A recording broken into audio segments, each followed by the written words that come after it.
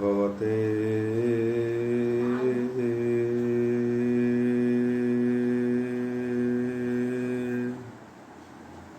वासुदेवाय।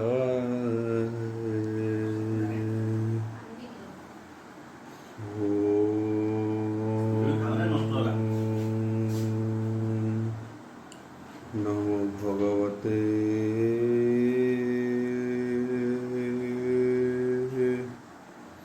वासुदेवाय।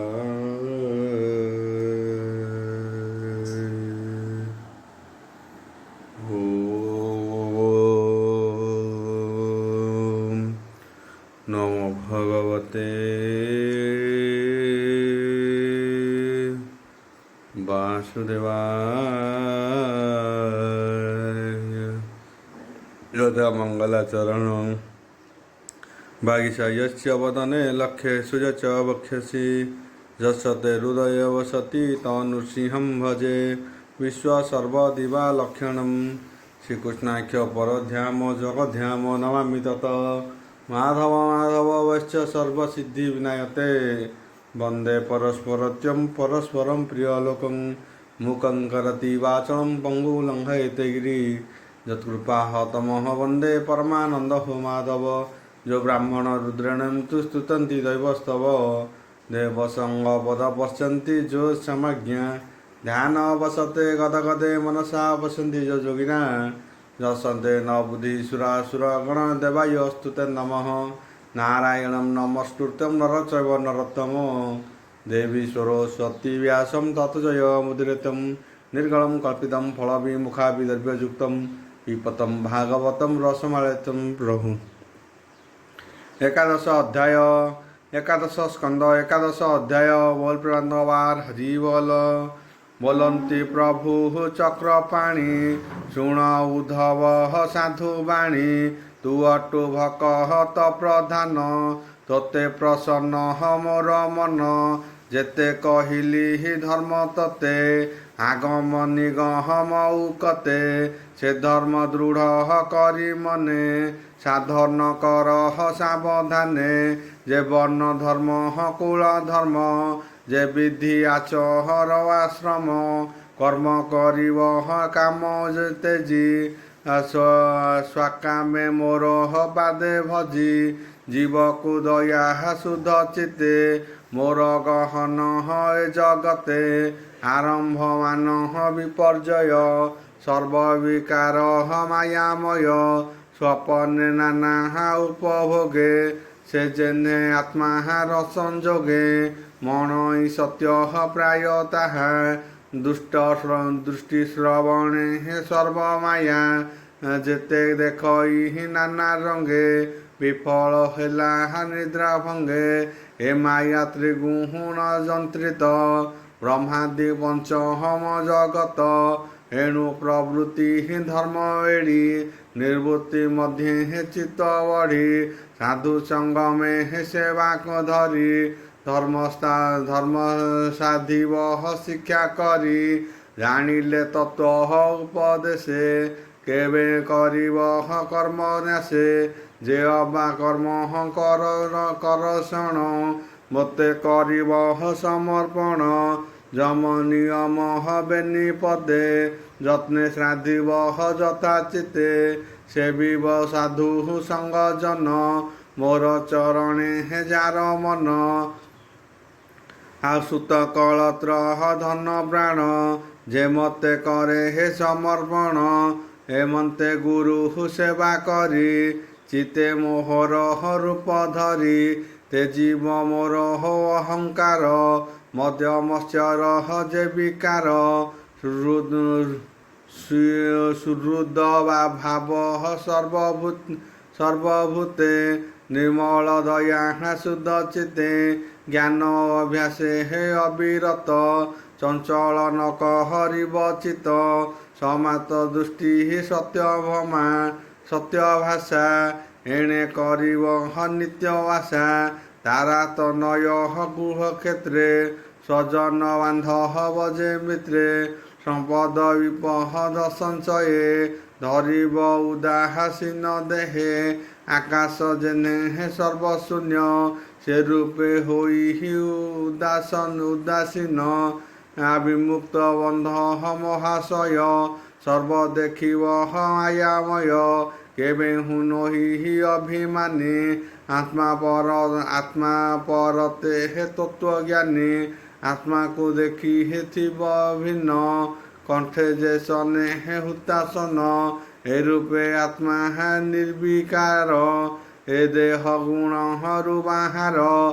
ଦେହର ମଧ୍ୟରେ ଯେଉଁ ଥାଇ, ତା ନାମ ଗୁଣକୁ ବଜାଇ। କାଷ୍ଠ ସଂଯୋଗେ ହେ ଅଗ୍ନି ଯେନେ, କାଠର ଆଗକୁ ନ ଘେନେ। ଈଶ୍ୱର ମାୟାରେ ନିର୍ମାଣ, ଏ ସ୍ଥୂଳ ସୂକ୍ଷ୍ମ ଦେହମାନ। ଜୀବର ସଂସାରଟିଏ ହି, ସତ୍ୟ ପରାଏ ହେ ପ୍ରେତ ଭୋଇ। ଏ ସନ ଗୁରୁ ବାକ୍ୟ ଜାଣି, ଅବସ୍ତୁ ପ୍ରାୟ ସର୍ବମଣି। ଜଗତ ଦେଖି ବିଷ୍ଣୁ ମାୟା, ଛାଡ଼ିବ ସକଳ ସଂଶୟ। ଗୁଣ କର୍ମ ଯେ ହେ ଅହଙ୍କାର, ଚିତ୍ତରୁ ହୋଇଥିବ ଦୂର। ରହିବ ନିଜ ରୂପ ଘେନି, ଇନ୍ଧନ ବିନା ଯେନେ ଅନି। କର୍ମ କର୍ଷଣେ ହେ ଫଳ ପାଇ, ପ୍ରାଣୀ ତା ଅବଶ୍ୟ ଭୁଞ୍ଜଇ। ସତ୍ୱକ ନୋହେ ହେ ସର୍ବକାମେ, ଦୁଃଖେ ଭ୍ରମ ଇହି ଏସୟଳେ। ଜୀବର ଦେହେ ହେ ବଦ୍ଧ ପାଶ, କେବେ ହୁ ନାହିଁ ସୁଖ ଲେଶ। ନିଗମ ବନ୍ଧନ ପୟରେ, ବନ୍ଦୀ ଯେ ସନେ ହେ ବନ୍ଦୀ ଘରେ। କାଳ ବଞ୍ଚଇ ଦୁଃଖ ସୁଖେ, ମୁଖ ପଣ୍ଡିତ ଭେଦ ନାହିଁ। ଦାରୁଣ ଦୁଃଖ ସୁଖ ମଣେ, ସୁଖକୁ ଦୁଃଖ ପରିମାଣେ। ଏମନ୍ତେ ବୁଦ୍ଧି ଅହଙ୍କାରେ, ଜୀବ ଭ୍ରମ ନିରନ୍ତରେ। ସେ ଯେବେ ଦୁଃଖ ସୁଖ ବୁଝେ, ସମ୍ମୁଖେ ମୃତ୍ୟୁ ସଙ୍ଗେ ଯୁଝେ। ବୁଦ୍ଧି ବିବେକ ଜ୍ଞାନ ବଳେ, ମରଣ ଜିଣ କେ ହେଳେ। କର୍ମ ପ୍ରାଣର ସୁଖ ନାହିଁ, କେବଳ ଅନାହତଟି ସେହି। ଏହା ନ ବୁଝି ମୂଢ଼ ଜନେ, ତପ କରନ୍ତି ଫଳ କାମେ।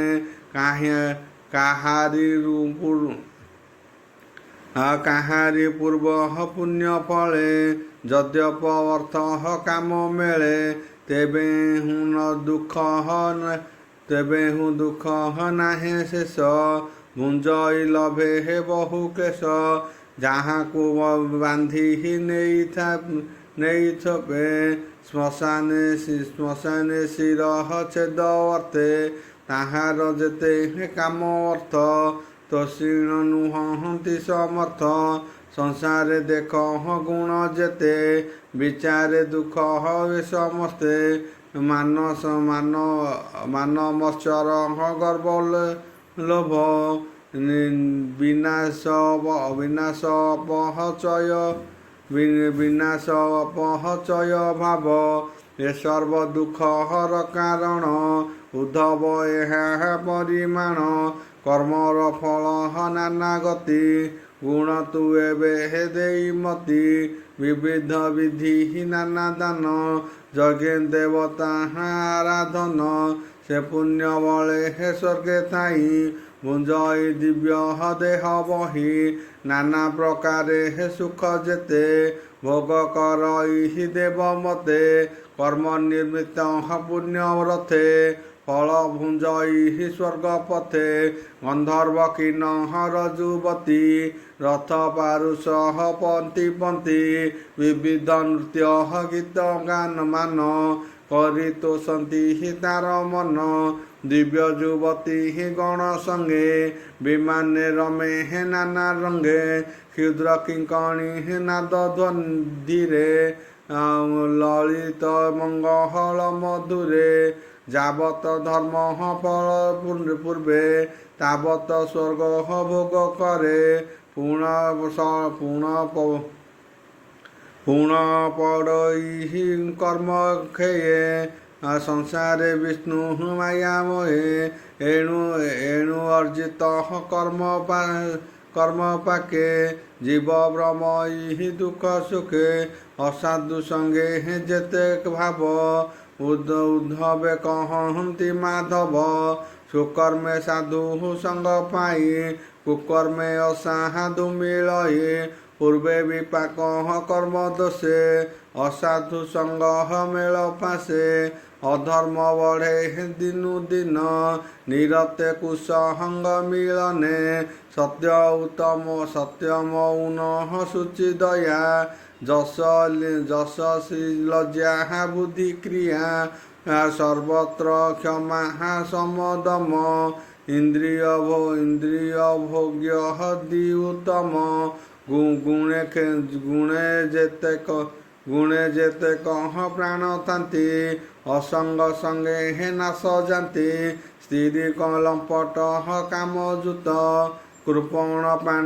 কৃপণ পাষাণ্ড কুଚିত পর পীড়িন ভূত হিংসা সুখ গহনে করে আশা যজ্ঞ আরম্ভে বিধিহীনে পশু মারণে অবিধানে কল্পিত পিতৃ যজ্ঞ চলে পশুଙ୍କୁ বধ করে বলে ପୂଜୟୀଭୂତ ପ୍ରେତ ଗଣେ ଆତ୍ମା ସହିତ ସେ ନ ଜାଣେ ଜୀବ ମାରଣ କର୍ମ ଫଳେ ନରକେ ପଡ଼େ ହେ ଅନ୍ତକାଳେ ମାୟା ଯନ୍ତ୍ରିତ ନାନା ଯୋନି ଭ୍ରମ ଜୀବ ଆତ୍ମା ଘେନି ସ୍ଥାବର ଆଦି ଚାରି ଦେହେ ପଶୁ ପତଙ୍ଗ କୀଟ ହୋଏ ସିଂହ ଶୃଗାଳ ବାଜି ଗଜ ଏ ରୂପେ ନାନା ଯୋନି ଭଜେ ଅଶେଷ କୋଟି ଜନ୍ମ ଭ୍ରମୀ ଅର୍ଜିତ କର୍ମ ପଥ ଶ୍ରମୀ ଏମନ୍ତେ ଦୁଃଖ ଅବଶେଷେ କିଞ୍ଚିତ ଧର୍ମର ବିଶ୍ୱାସେ ଦୁର୍ଲଭ ମନୁଷ୍ୟ ଶରୀର ଜନ୍ମ ଲଭ ଇହି ମର୍ତ୍ତ୍ୟପୁର ଭାଗ୍ୟେ ଦୁର୍ଲଭ ଦେହ ଧରି ପୁଣି ଭ୍ରମ ହିଁ କର୍ମ କରି କର୍ମଟି ନାନା ଦୁଃଖ ଦେଇ କିଞ୍ଚିତେ ସୁଖ ନାହିଁ ତହିଁ କର୍ମ କରନ୍ତେ ହେ ପାପ ଦେହେ ଏଣୁଟି କର୍ମ ଦୁଃଖମୟେ କୁବେର ବରୁଣ ଅନଳ ଏ ଆଦି ଦଶ ଦିଗପାଳ ଦେଖ ଏ କଳ୍ପ ଅଧିକାରୀ ସ୍ୱଭାବେ ମୋର ବଂଶଧାରୀ ବ୍ରହ୍ମା ମୋହର ବଂଶ ବହି ଆଉ ସକଳ ସୃଷ୍ଟି ସେ କରଇ ମୋହର ତହୁଁ ସମ୍ଭବନ୍ତି ଭୟେ ନିକଟେ ହେ ନ ରହନ୍ତି ଗୁଣ ସକାଶେ ହେ କର୍ମ ସୁଜେ ଏଣୁ ବିଷୟ ଜୀବ ଭୁଞ୍ଜେ ଏଣୁ ଏ ଜୀବ କର୍ମମୟେ ଅକର୍ମେ ଦଣ୍ଡହୀନ ରହେ ଯାବତ ବିଷୟରେ ରତି ଗୁଣେ ବିଷମ ଭାବେ ଥାନ୍ତି ତାବତ ନାନା ବିଧି ରୂପେ ଜୀବ ଭ୍ରମ ଇହି ମୋହ କଳ୍ପେ ଯାବତ ନାନା ଭାବଚନ ତାବତ ଜୀବ ପରିଧାନ ଈଶ୍ୱର ତହୁଁ ଭୟ ପାଇ ଭ୍ରମ ମାୟା ଭୟ ଧୋଇ ଆଉ ଅନେକ ଭ୍ରମୀ ଶ୍ରମ ଫୁଟେ କେବେ ମାୟା ତାନ ତୁଟେ ସୁକ ଉବାଚ ବୋଲ ପ୍ରାନ୍ଦବାର ହରି ବୋଲ ଆଏ ମନ୍ତେ ଗୋବିନ୍ଦର ବାଣୀ ଉଦ୍ଧବ ବୋଲେ ହେ ତାହା ଶୁଣି ପ୍ରଣାମ କରି କୃଷ୍ଣ ପାଦେ ବୋଲେ ଆନନ୍ଦ ଗଦ ଗଦେ ଉଦ୍ଧବ ଉବାଚ ବୋଲ ପ୍ରାନ୍ଦବାର ହରି ବୋଲ ଶୁଣ ହେ ପ୍ରଭୁ ଦାମୋଦର ତ୍ରିଗୁଣ ଜାତ ଏ ଶରୀର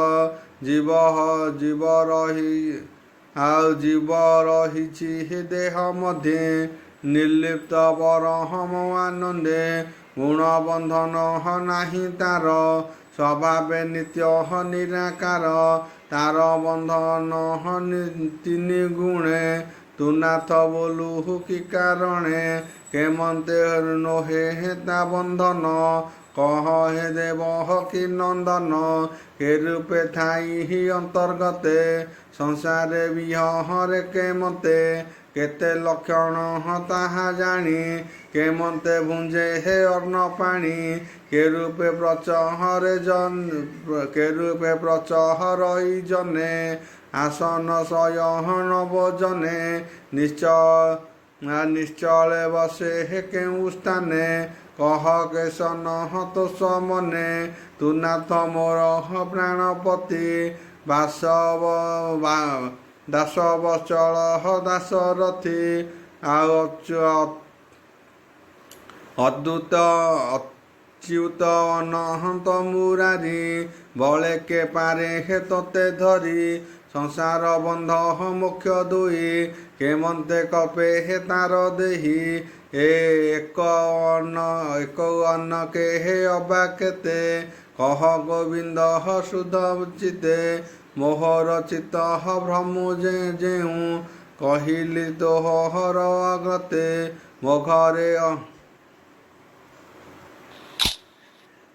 ମୋ ଘରେ ଜ୍ଞାନ ଦୀପ ଜାଳ ଅଜ୍ଞାନ ଖଣ୍ଡ ବନମାଳୀ ବୋଲଇ ଦାସ ଜଗନ୍ନାଥ କୃଷ୍ଣ ଚରଣେ ଦେଇ ଚିତ ଉଦ୍ଧବ ବଚାହାରିଲ ଯେତେ ଶ୍ରୀ ଏକାଦଶ ଭାଗବତେ ସୁଜନେ ଶୁଣ ଦେଇ ଚିତ ମୁତୁମ୍ବ ଭୃତ୍ୟଙ୍କର ଭୃତ୍ୟ ଜନ୍ମ ଜନ୍ମରେ ହେ ମୋର ମତି ନ ଛାଡ଼ୁ ତୁମ୍ଭର ଭକତି ଇତି ଶ୍ରୀମଦ୍ଭାଗବତେ ମହାପୁରାଣେ ପରମହଂସ୍ୟା ସଂହିତା ଏକାଦଶ ସ୍କନ୍ଧେ ଭଗବତ ଉଦ୍ଧବ ସମ୍ବାଦେ ଏକାଦଶ ଅଧ୍ୟାୟ।